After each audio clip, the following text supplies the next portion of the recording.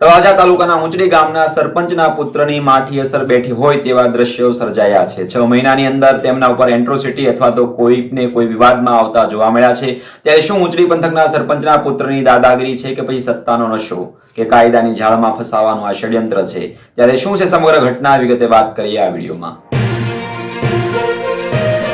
નમસ્કાર, હું છું ભરત સરવૈયા, એસપી ન્યૂઝમાં આપનું સ્વાગત છે। વાત કરીએ તો તળાજા તાલુકાના ઊંચડી ગામના પવનચક્કી પ્રોજેક્ટ માટે એનઓસીના ન મળવા મુદ્દે વિવાદ ઉગ્ર બન્યો હોવાનો મામલો સામે આવ્યો છે। ગામના સરપંચના પુત્રના ઘરે કેટલાક વ્યક્તિઓ રાત્રિના સમયે પથ્થરમારો અને લોખંડના પાઇપ વડે તોડફોડ કરી હોવાનો આરોપ લગાવતા દાઠા પોલીસ સ્ટેશનમાં ફરિયાદ નોંધાઈ છે।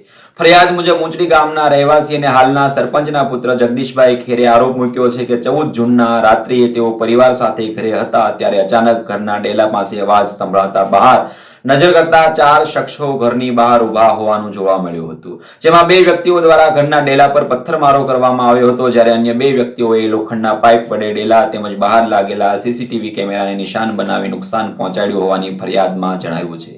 ફરિયાદમાં વધુમાં આક્ષેપ કરવામાં આવ્યો છે કે બનાવ બાદ આરોપીઓ સ્થળ પરથી નીકળી ગયા હતા, પરંતુ જતા જતા આરોપીઓ ફરિયાદીને જાનથી મારી ધમકી પણ આપી હતી।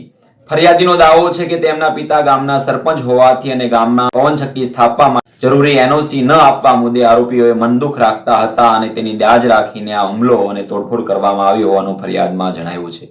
તો એક બાજુ સરપંચના પુત્ર સાચા હોય તો ગામમાં પવનચક્કીના પોલ જે નાખવામાં આવ્યા છે તે એનઓસી વગર છે, તો કાયદાનો દરવાજો કેમ ખખડાવતા નથી? આ સરપંચના પુત્રની લુખ્ખી દાદાગીરી કરી રહ્યા છે તેવા પણ વાયુ વેગે વાતો ફેલાય છે। ત્યારે ઘટનાની જાણ થતા દાઠા પોલીસ ફરિયાદના આધારે ગુનો નોંધી વધુ તપાસ હાથ ધરી છે। ત્યારે પોલીસ તપાસ બાદ હકીકત શું છે અને ઘટનાના કોણ જવાબદાર છે તે સ્પષ્ટ થશે। નમસ્કાર।